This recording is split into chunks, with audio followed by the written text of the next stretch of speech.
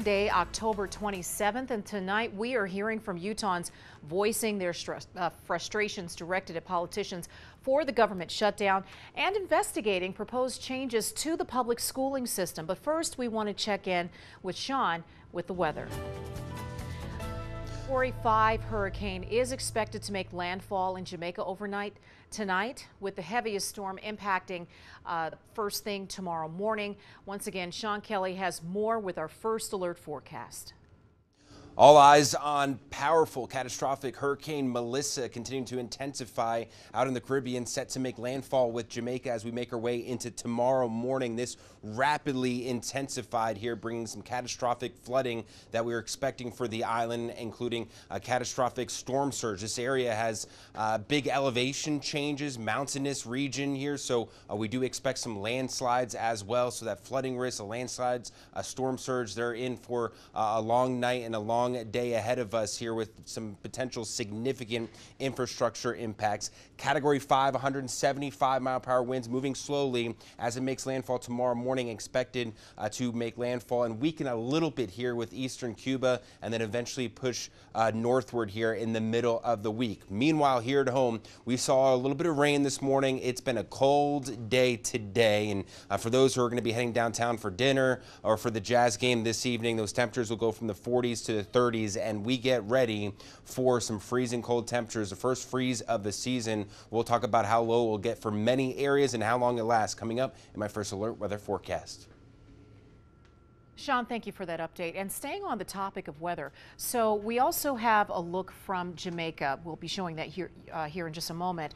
In the next few hours, Hurricane Melissa will be making landfall. We do have a picture of President Trump right now, but that is going to be something we'll talk about in just a little bit. But for now, Jamaicans are boarding up homes and businesses, collecting last-minute supplies and food.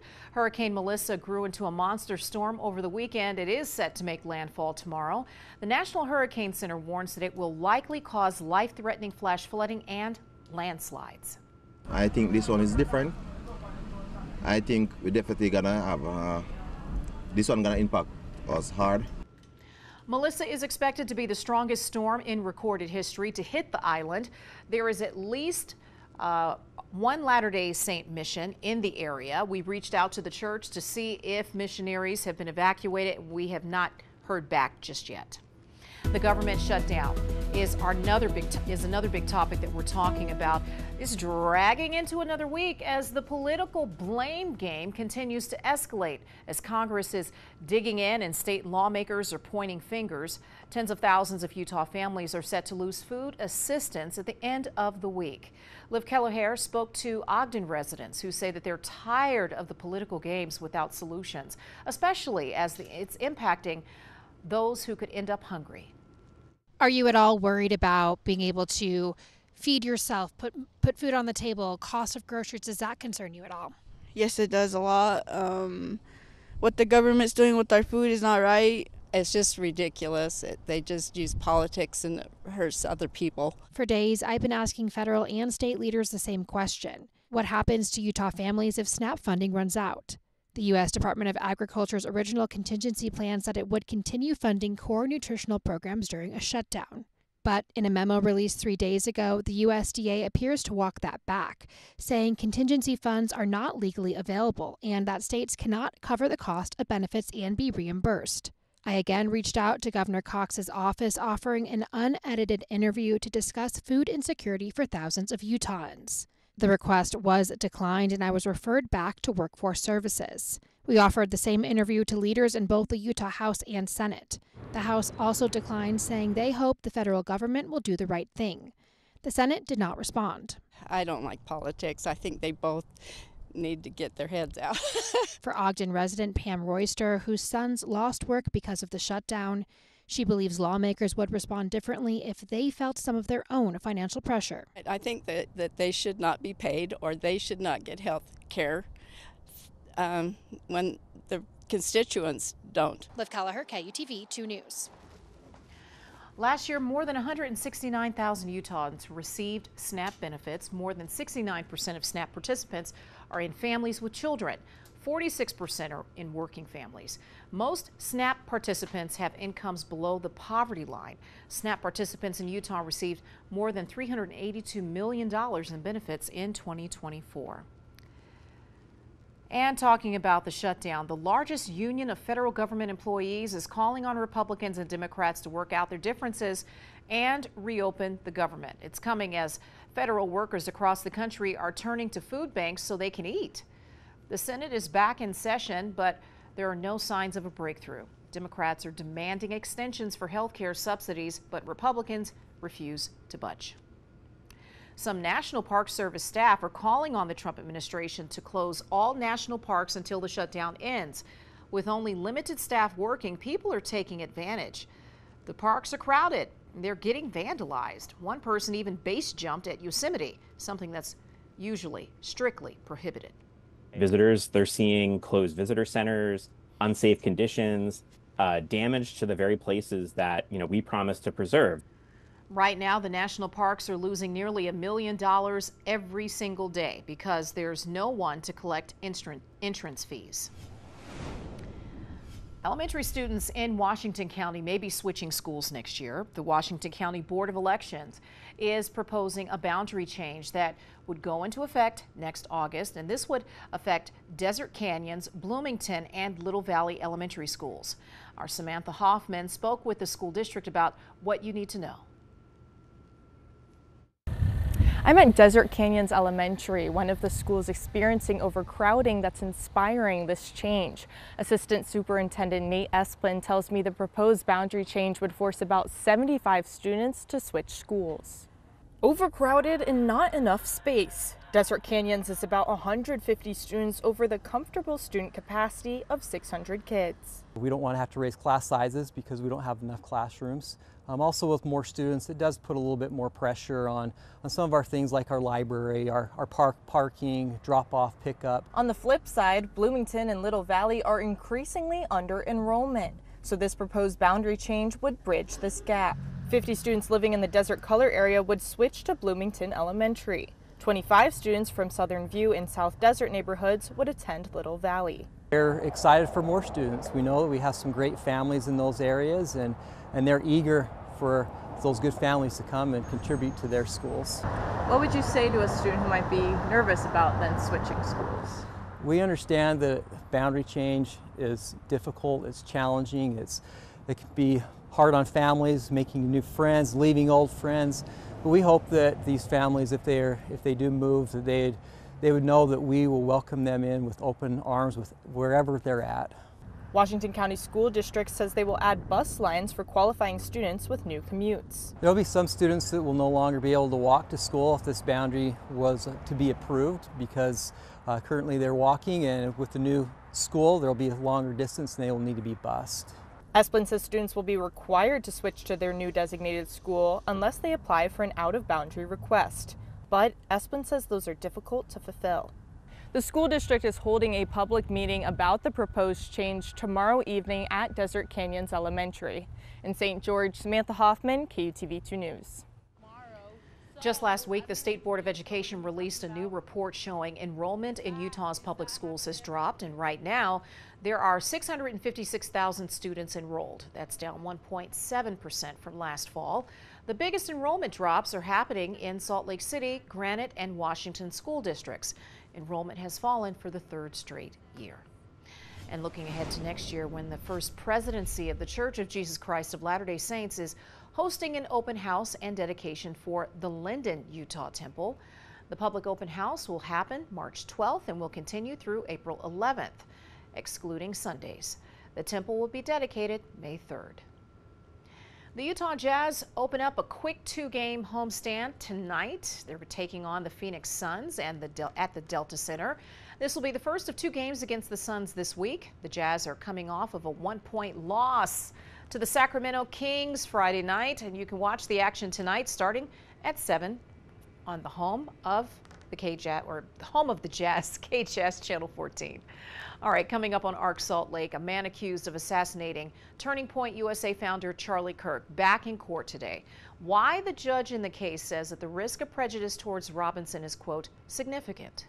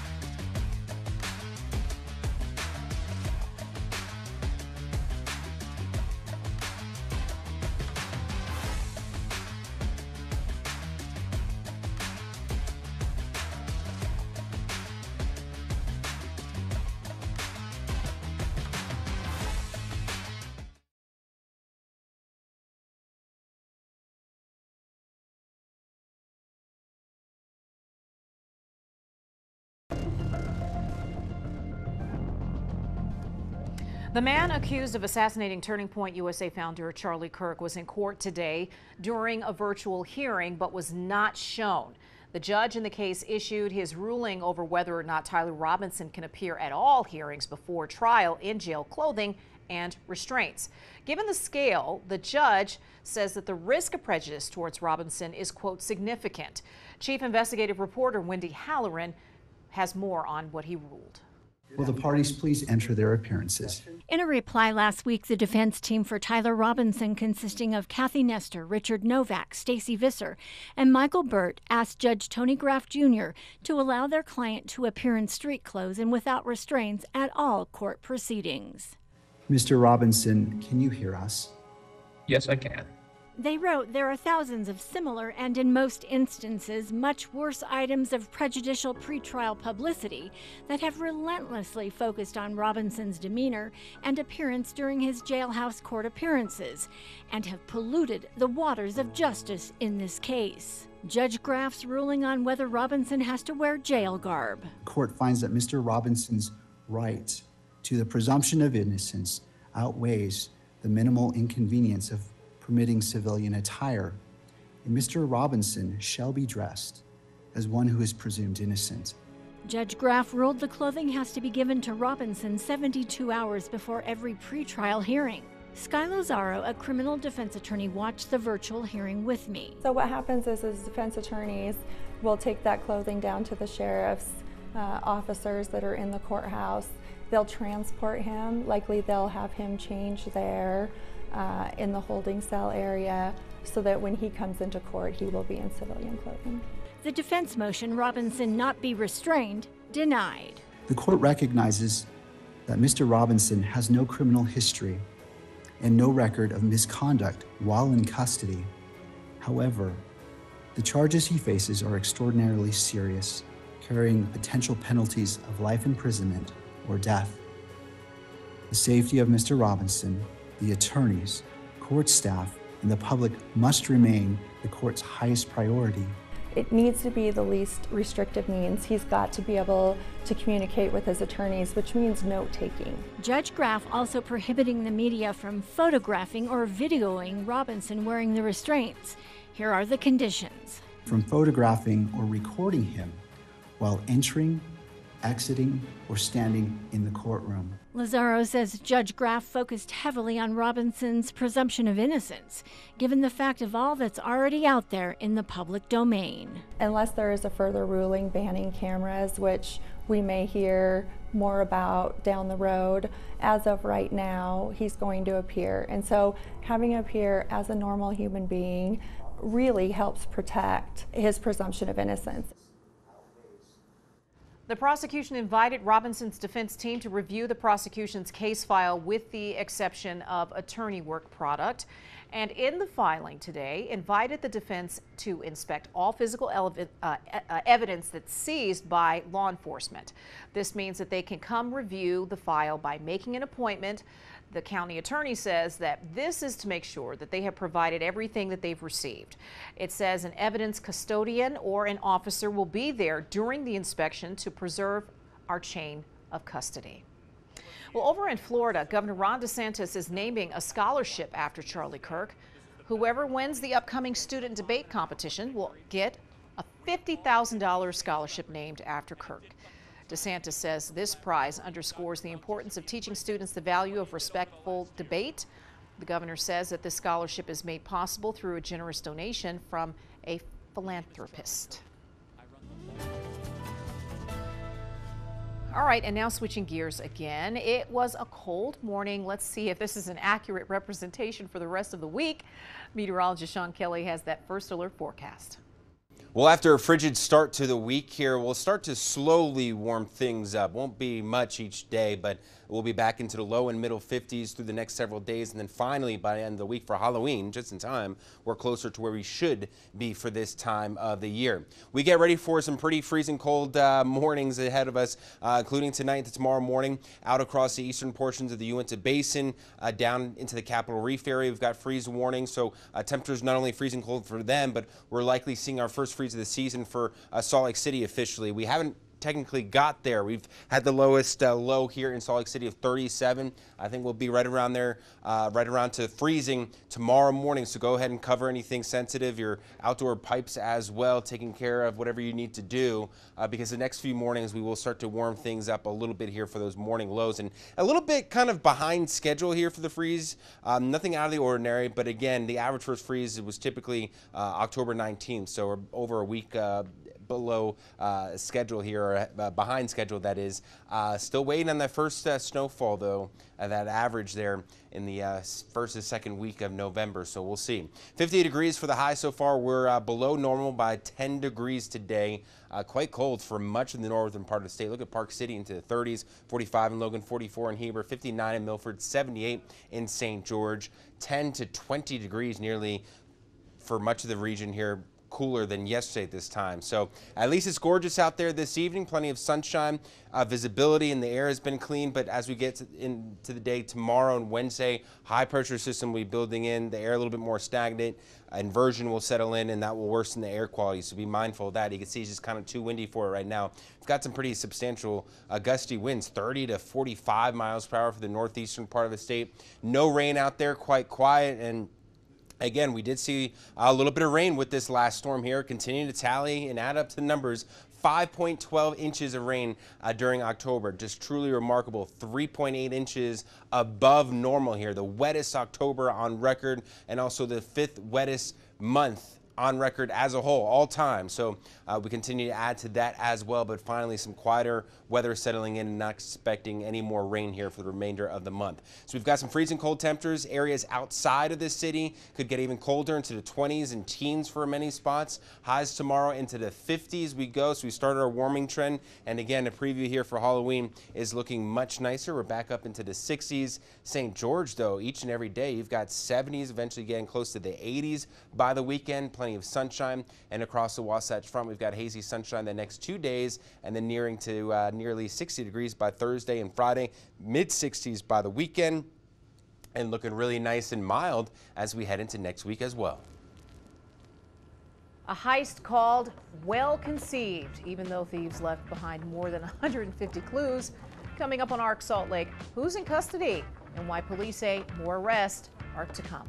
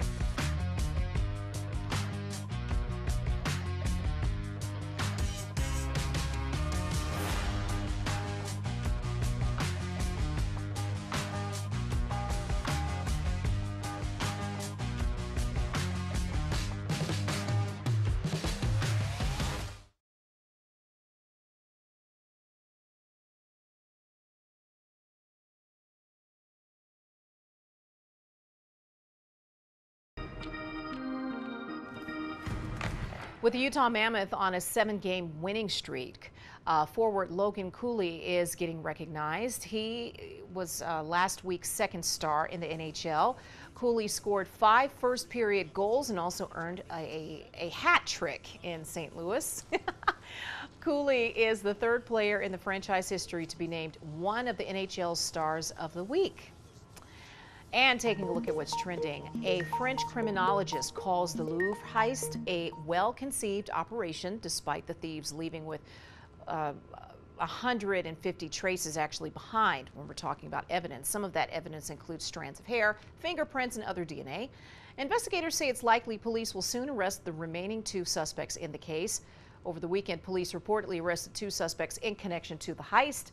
According to Paris prosecutors, one of the men was detained at a Paris airport preparing to board a flight to Algeria. But we want to know, where are the crown jewels? We'll find out soon, I hope. Have a good night.